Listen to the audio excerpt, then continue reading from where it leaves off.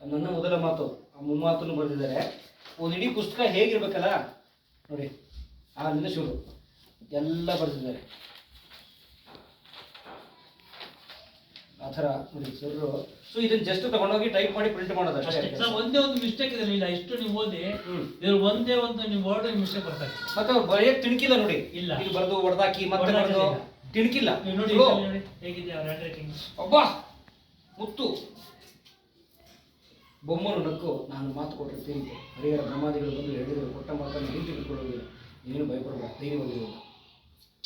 ಎಷ್ಟು ನೀಟಾಗಿ ಬರೋದು ನೋಡಿ. ಆ್ಯಕ್ಚುಲಿ ಒಂದು ಹಸ್ತಪ್ರತಿ ಪ್ರಿಂಟ್ ಮಾಡಿಸ್ಬೋದು ಅವ್ರು ಆ್ಯಸ್ ಇಟ್ ಈಸು. ಅವ್ರ ಕೈ ಬರಹದಲ್ಲಿ ಕುವೆಂಪು ಅವ್ರು ರಾಮಾಯಣ ದರ್ಶನ ಒಂದ್ಸಲ ಮಾಡಿಸಿದ್ರು. ಅವರು ಹಸ್ತಪ್ರತಿನೇ ಪ್ರಿಂಟ್ ಮಾಡಿಸಿದ್ರು ಪುಸ್ತಕದ ರೂಪದಲ್ಲಿ, ಅಂದರೆ ಅವ್ರ ಹಸ್ತಪ್ರತಿ ರೂಪದಲ್ಲಿ ಓದಲಿ ಅಂತ. ಈಗ ಟೈಪ್ ಮಾಡಿ ಕಂಪ್ಯೂಟರ್ ಅಕ್ಷರ ಮಾಡ್ಬೋದು.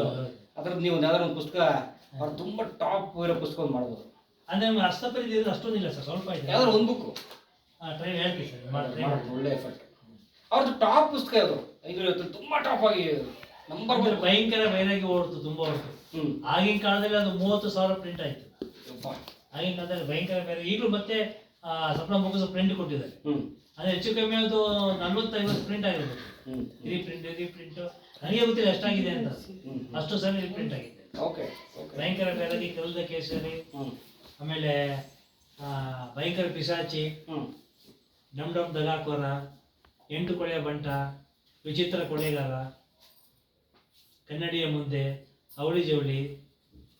ಅವ್ರಿಗೆ ಟೈಟ್ಲ್ ಹೇಳ್ಕೊಡೋದು ಸಿಕ್ಕಾಪಟ್ಟೆ ಇದೆ ಅವ್ರದ್ದು. ನಮ್ಮ ಟೈಟ್ಲ್ಗಳು ನೆನಪಾಗೋದಿಲ್ಲ, ಅಷ್ಟಿದೆ.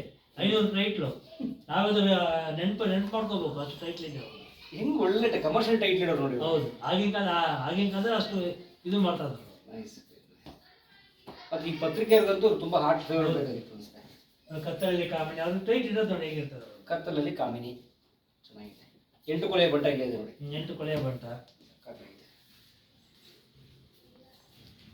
ಗ್ರೇಟ್. ಬನ್ನಿ ಅವ್ರ ಮಗನ ಜೊತೆ ಮಾತಾಡೋಣ. Thank you sir. ಆಯ್ತು ಸರ್, ಆಯ್ತು ಸರ್. Photo sir.